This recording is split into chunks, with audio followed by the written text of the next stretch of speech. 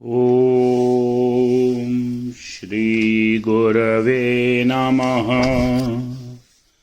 ॐ शान्तिः शान्तिः शान्तिः। अहंकार अहंकार रहस्ययुक्तो श्रृंकार गूढ़ार्थ महाविभूत्याः ओंकार मर्मः प्रतिबोधिकाभ्यां नमो नमः श्री गुरुपादुकाभ्याम्। ॐ शान्तिः शान्तिः शान्तिः।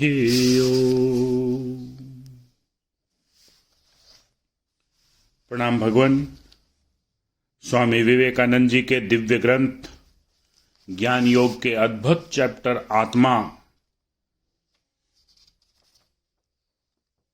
चल रहा है भगवान, जिसमें अभी तक 5 एपिसोड हो चुके हैं, 5 भाग हो चुके हैं, जिसमें यदि सार तत्व लें तो सबसे पहले आस्तिक और नास्तिक 2 भागों में मोटे तौर पर सारे मतों को स्वामी जी ने विभाजित किया। फिर सांख्य न्याय मीमांसा का वर्णन करते हुए द्वैतवाद की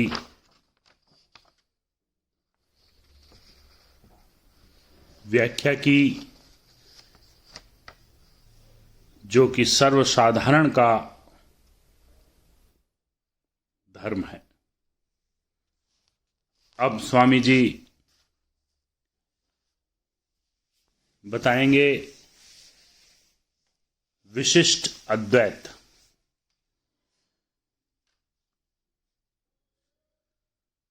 ओम। असली वेदांत दर्शन विशिष्ट अद्वैत से प्रारंभ होता है। इस संप्रदाय का कहना है कि कार्य कभी कारण से भिन्न नहीं होता, कारण ही परिवर्तित रूप में कार्य बनकर आता है। अगर सृष्टि कार्य है और ईश्वर कारण, तो ईश्वर और सृष्टि 2 नहीं हैं। वे अपना तर्क इस तरह आरंभ करते हैं कि ईश्वर ही जगत का निमित्त तथा उपादान कारण है,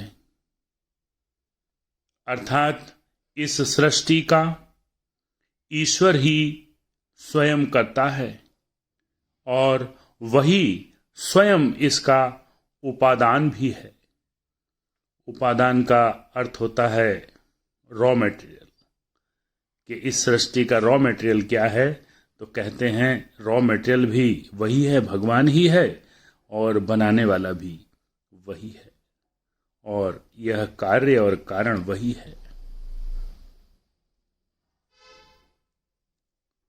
अर्थात इस सृष्टि का ईश्वर ही करता है और वही स्वयं इसका उपादान भी है, जिससे संपूर्ण प्रकृति प्रक्षिप्त हुई है।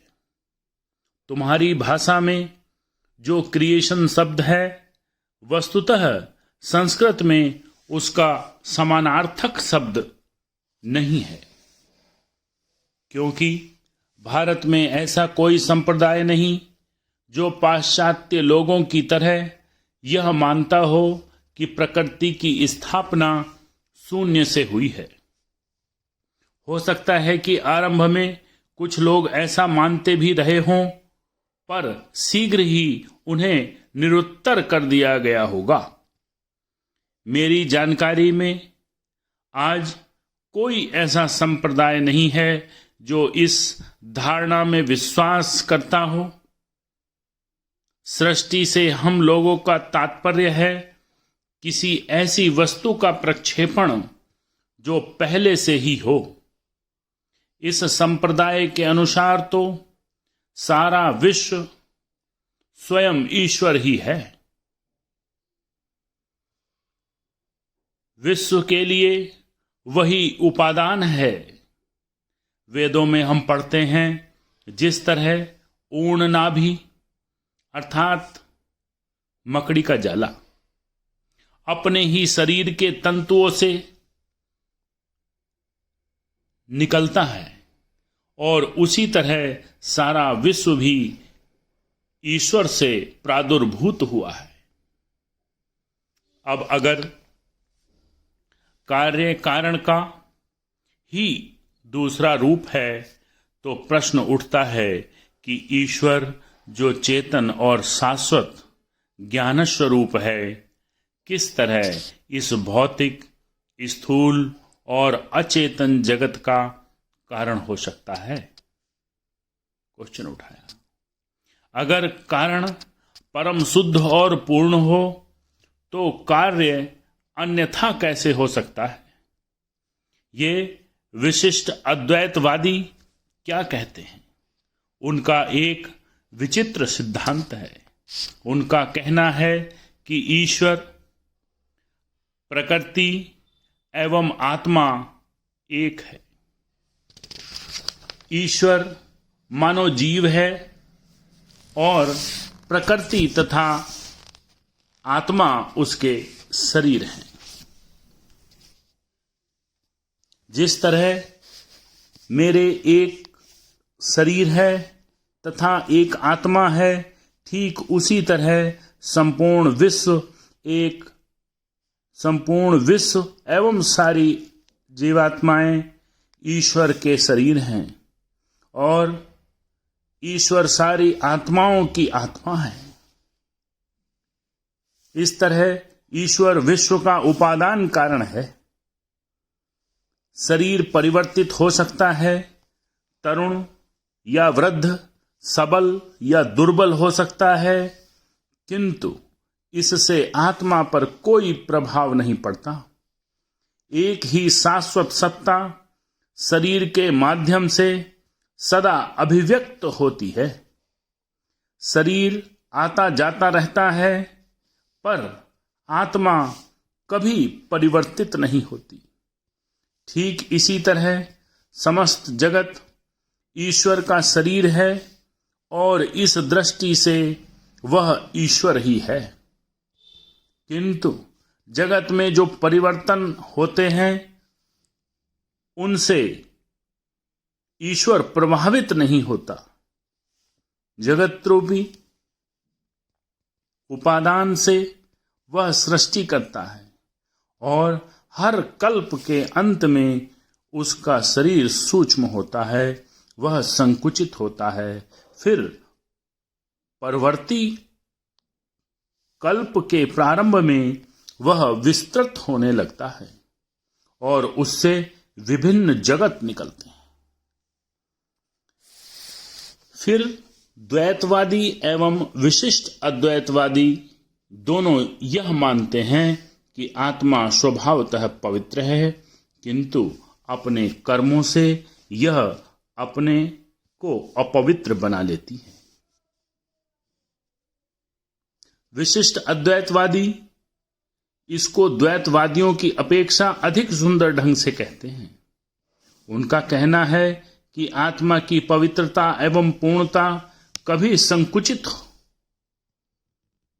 हो जाती है, पर फिर ज्यों की त्यों हो जाती है। और हमारा प्रयास यह है कि उसकी अवस्था को बदलकर पुनः उसकी पूर्णता, पवित्रता एवं शक्ति की स्वाभाविक स्थिति में ले आए। आत्मा के अनेक गुण हैं, पर उसमें सर्वशक्तिमत्ता या सर्वज्ञता नहीं है। हर पाप कर्म उसकी प्रकृति को संकुचित कर देता है, और पुण्य कर्म विस्तीर्ण।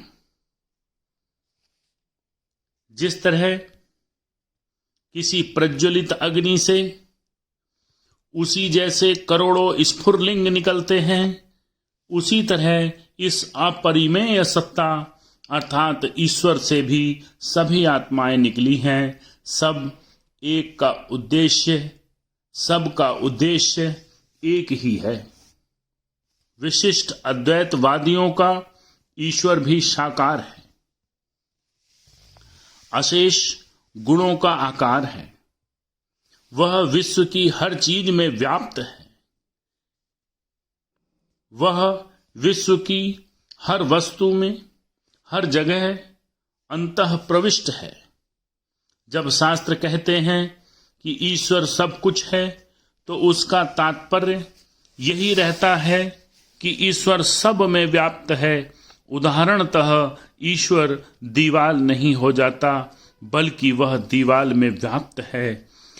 विश्व में कोई ऐसा कण नहीं, कोई ऐसा अणु नहीं जिसमें वह न हो। आत्माएं सीमित हैं, वे सर्वव्यापी नहीं। जीवात्माएं को कहा है, जब उनकी शक्तियों का विस्तार होता है और वे पूर्ण हो जाती हैं, तो जरा मरण के चक्र से मुक्ति पा जाती हैं और सदा के लिए ईश्वर में वास करती हैं। तो इस तरह से भगवान आज इस अध्याय में स्वामी जी ने विशिष्ट अद्वैतवाद की चर्चा की, जिसमें अभिन्न निमित्तोपादान कारण ईश्वर को बताया गया। अब अगले भाग में अद्वैतवाद की बात करेंगे, जो अध्यात्म का सुंदरतम पुष्प है। चरमतम विकास एवं सुंदरतम पुष्प अद्वैतवाद, जिसको स्वामी जी ने प्रारंभिक भूमिका में भी स्पर्श किया था कि वह है वेदांत उत्तर मीमांसा। ओम शांति शांति शांति।